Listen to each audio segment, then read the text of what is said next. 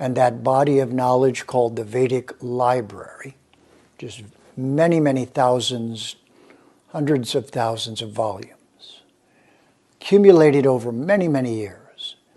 Now, during colonization, something very interesting happened. First, colonization means to go and steal all the valuable things. That's why the British called India the crown jewel in their empire, because it had the most valuable things to extract. But here's the part that's been overlooked. What we call philosophy, science, mathematics, psychology especially, all of these so-called Western academic disciplines were all pieces of knowledge of what the Sanskrit calls Vedic Vidya. They're all part of systems of learning who we really are and of working with and cooperating with the world around us, with nature, which is called Prakriti in Sanskrit. This Prakriti, or cause and effect world, is temporary. So, of course, we need to learn how to work with it, but it has rules and we need to learn to follow those. Now, here's where the colonization of ideas happens. If you go in and take ideas and then rename them and say you discovered it, the term for that is intellectual discovery, but discovery already meant to steal from cultures that are not Christian.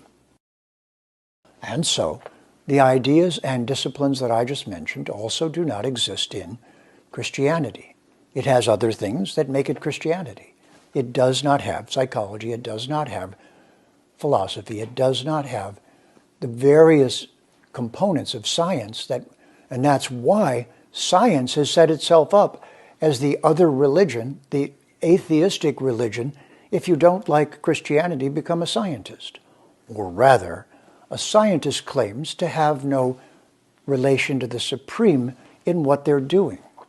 That division is dividing up the spoils that came from colonization, that were taken, especially from India, and then integrated into Western civilization unceremoniously, without a thank you, without recognizing the root Sanskrit language in the Greek and the Latin and the English and the Romance languages and the Russian and the Slavic and all of those Celtic, all of those cultures directly root back to Sanskrit. So there hasn't been time, because colonization hasn't really ended. We still live in an exploitive, profit-only world, for the most part, with rare exceptions and notable ones when it happens. Indeed, there are people trying their best to care for the world, but the vast majority are residually exploiting it. And this is the dilemma that we're in the world right now. And what we call, I'll give you an example, psychology. So psychology, famous psychologists like Carl Jung, Sigmund Freud, Abraham Maslow, William Sheldon, each one of those psychologists stole a piece of Vedic knowledge and made it into their theory. It's just as colonized as a jewel or as wealth and gold that was taken from temples in India and now is in the museums in England. So it is that the ideas were taken. I'll give you an example. Abraham Maslow, the psychologist, said there are levels of development in a human being called hierarchy of needs. And that hierarchy of needs is vertical and goes from the base of the spine up to the top of your head. Now, in yoga, that's called the Kundalini, and the stopping off points are called the 7 chakras. Maslow simply stole that, gave it his own language, made it into his theory. He discovered it. Similarly, Carl Jung went to India, saw Shiva and Durga, the male and female divine, and he said, in a letter to a friend of his, I finally understand the universe. It's male and female divine.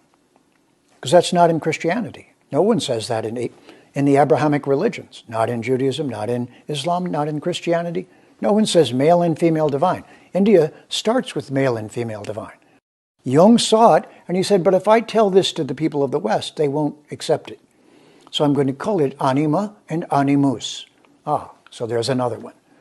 And the famous William Sheldon discovered, so-called, that is to say, borrowed, stole, the view from India, from Ayurvedic medicine, called the three body types: skinny, nervous, high-strung, vata; medium-build, muscular, pitta; carrying weight and softer body tissue, otherwise known as kapha. So three body types: vata, pitta, kapha, made of 5 elements: earth, water, fire, and air. The vata, the nervous skinny type, more air and more space. The fire types, more fire and then some earth, some water, but not so much. And then the kapha, the earth and water type, mostly earth and water with a little bit of fire and air. What did Sheldon do with that? He called vata, the slender nervous one, ectomorph. He called the one with a little more weight, the one made of earth and water, endomorph. And then he called the fiery one mesomorph. He simply used Latin, called it his own system, and made an entire system of psychology around those body types, archetypes. The word arca is Sanskrit. It's for the sun. And it means all of the images that emerge from nature that are archetypal, that have their own distinctive perception. So I'm just giving you 3 examples because our time is short. But try to see that those 3 so-called schools of psychology were actually simply stolen from yoga, taken from the heart of the Vedic civilization, from Ayurvedic medicine, from yoga, from the process of personal transformation and growth.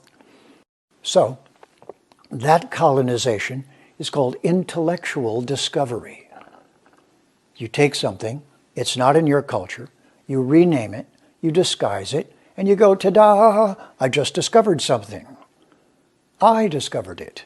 No, you colonized it. You stole it from a culture. I'll end with this. Sigmund Freud, his contribution was psychoanalysis. So guess what? Psycho is the Greek Psyche, the goddess of butterflies. When butterflies are flying around flowers on a bush, the Greeks say the goddess Psyche is there. So psycho is Psyche, butterflies. And analysis is to look at something in great detail. So this is a yoga, and the butterfly, don't you wonder why the goddess of butterflies? Why does psychology mean freeing the butterfly? Because as an artistic metaphor in yoga, our immortal self is a butterfly. And right now we're a caterpillar busy eating the material world. But someday, if we're lucky, we become a butterfly. Psyche logia. Sigmund Freud didn't invent it. He just twisted it and called it his own. Vedic Vidya means shining the light of truth. My name is Kavindra Rishi, Jeffrey Armstrong. See you next time, and have a Namas day.